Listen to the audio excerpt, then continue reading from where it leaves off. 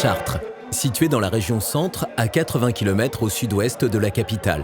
Nous sommes dimanche à l'église évangélique Arbre de Vie. Et celui qui adore Dieu, Dieu préserve même sa vie. Parce que Dieu doit tout faire pour lui donner une occasion à l'adorer de Dieu.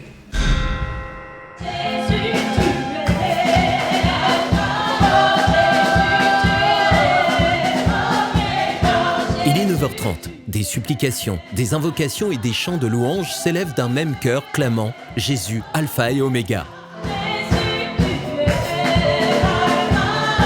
C'est là que nous rencontrons Surdi, le batteur de ce groupe. À peine visible derrière les chanteuses, il exprime sa manière d'adorer Dieu. Mais nous voulions en savoir plus sur les raisons de sa présence. Je suis là pour servir. Voilà. Moi, c'est une manière pour moi de me recueillir avec mes frères. Parce qu'il nous faut un lieu. Hein? Il nous faut un lieu de prière. Donc, je viens avant tout là pour donner de moi, pour servir.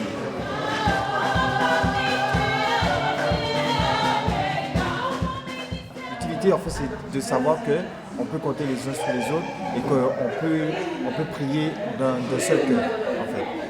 Il est utile de se retrouver ensemble. C'est là où Dieu déverse sa bénédiction. C'est un principe biblique. Le fait qu'on se retrouve ensemble, on a plus de force. On peut tout faire ensemble. Le fait d'avoir un lieu où se rencontrer, eh ben c'est une grâce. Il faut qu'on ait un lieu pour se rencontrer en fait. Pour prier. Pour avoir cette force-là. Pour être fort. De quelle force parle-t-il ? Et pourquoi un tel dévouement ? Retour sur un après-midi avec Surdi. La Bourdinière Saint-Loup. Nous sommes accueillis par Surdi et sa femme Sabrina, leur fils Mérismo, leur fille Marie-Mélodie et Naël, puis la petite dernière, Éléona, qui fait sa sieste. Ce père de famille témoigne sur ce que Jésus lui a apporté. J'ai réalisé que c'est possible. Hein. J'ai réalisé qu'en fait, on se prend beaucoup la tête pour rien et que c'est possible d'être tranquille, d'être apaisé, d'être calme. Hein. Voilà, on épouse la nature de Christ. Hein. Alors ça donne juste un doucement. En fait, ça fait rien du tout. Ce qu'il faut savoir, c'est pas une religion, c'est un état d'esprit. Voilà. C'est épouser la nature de Christ. C'est l'attitude. C'est une attitude en fait. Voilà. Qu'est-ce que la prière m'a apporté ? Moi, personnellement, j'ai du mal à demander. Hein? Mais quand je fais le temps de demander, il y a une paix qui s'installe et qui me dit, comme on a cette confiance que c'est monté, cette prière a été validée, on espère, c'est notre espérance. Hein, voilà. Donc on se dit, voilà, j'ai prié, maintenant je remets cette requête entre les mains de l'Éternel. Ouais. Et je me dis, à partir du moment où j'ai adressé cette prière, elle me sera accordée. Voilà. Donc, à partir du moment où cette action a été faite, hein, donc nous, on ne doit plus se soucier de rien d'autre. Pour Surdi, prier et ne plus se faire de soucis est une formule payante. Moi qui étais sujet de douleurs lombaires, hein, voilà, j'avais demandé à ce que cela cesse. Parce que je n'aime pas avoir mal au dos.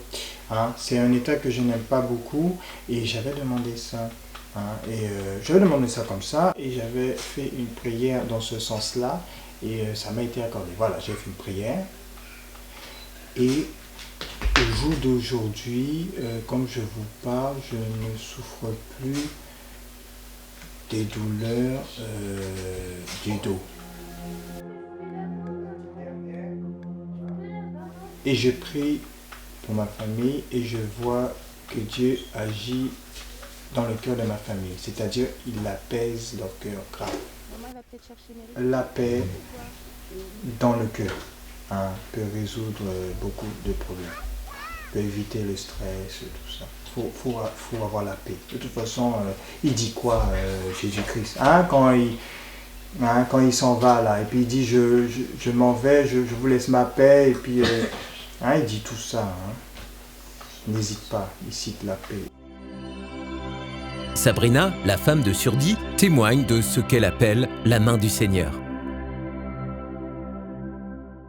Toute personne qui vit en appartement, c'est que c'est pas toujours facile avec les enfants, ils sautent, il faut toujours dire arrêtez, arrêtez.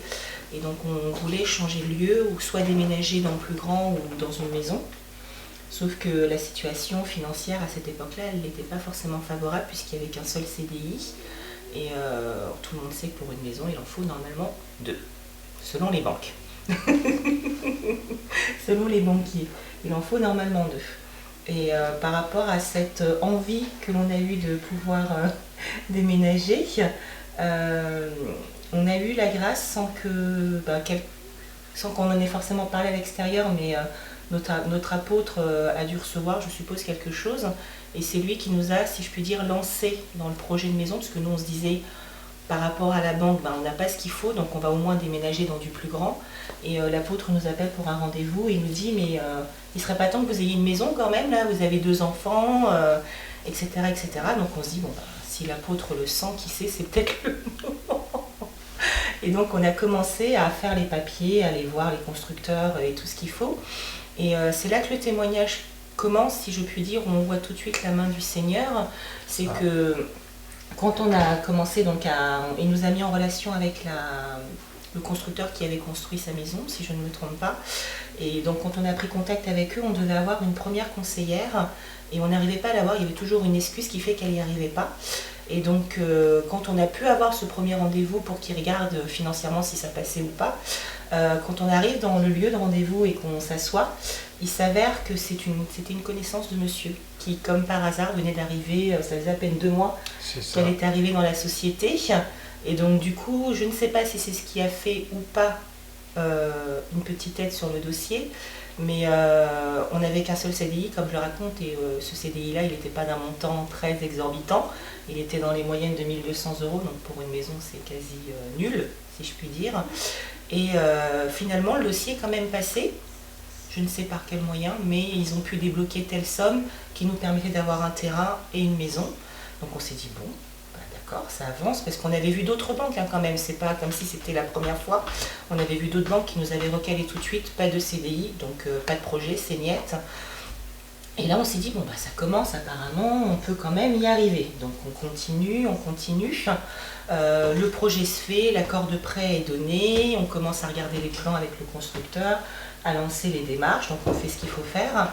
Et quand on essaye de rappeler la dame pour la remercier, finalement elle avait quitté la boîte 1 mois après. Et donc là on se dit, c'est quand même bizarre, elle est venue spécialement pour nous. C'est grave, c'est quelque chose. Donc c'est là que je dis, il y a des signes où en fin de compte on voit la réponse du Seigneur.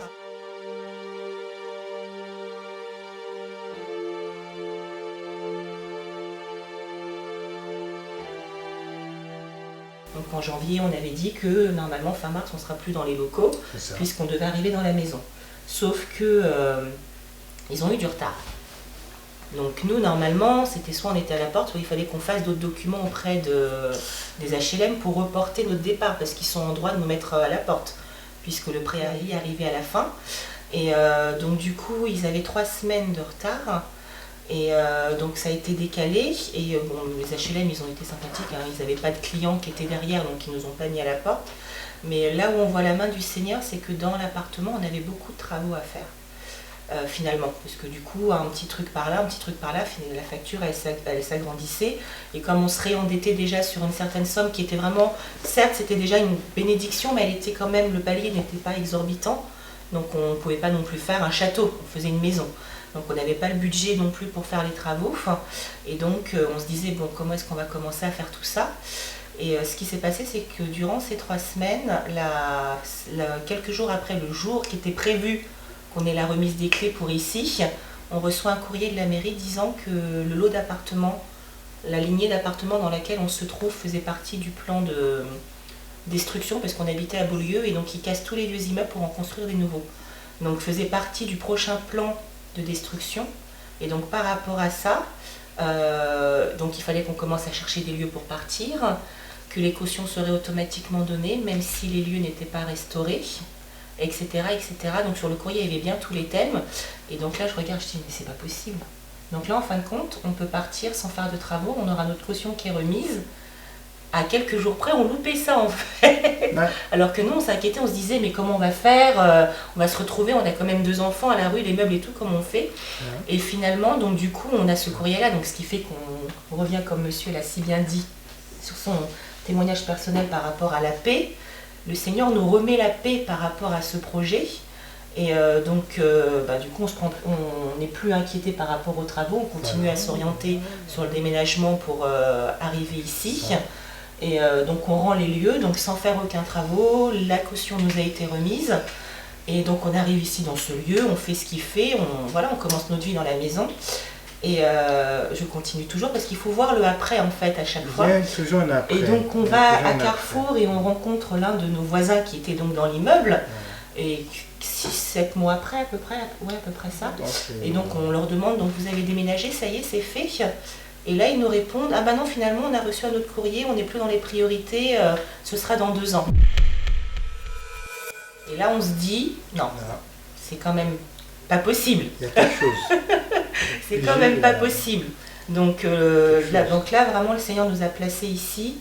Il a tout disposé, que ce soit financier, que ce soit toutes les inquiétudes qu'on pouvait avoir nous. Et il a même été au-delà parce que on parlait d'un CDI, donc monsieur n'avait pas son travail encore à l'époque. Non, je n'avais pas mon travail à l'époque. Et donc il se trouve que à 10 minutes de la maison, c'est là où le Seigneur lui a donné son CDI.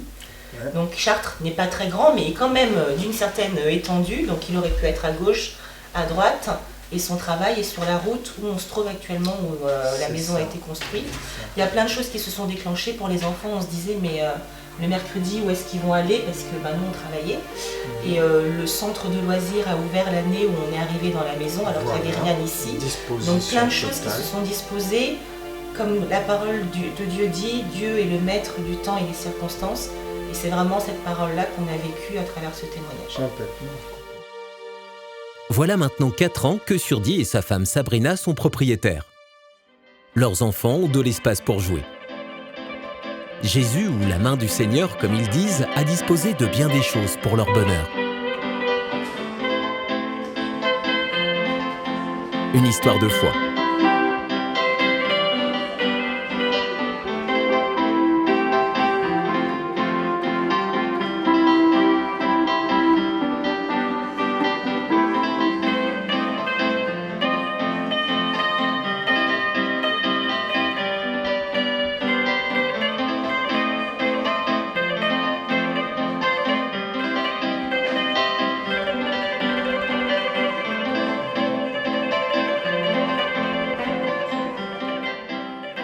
J'ai envie de dire aux personnes qui se sentent seules qu'ils ont des frères et des sœurs, qui les attendent à bras ouverts pour qu'on puisse prier d'une seule et même voix.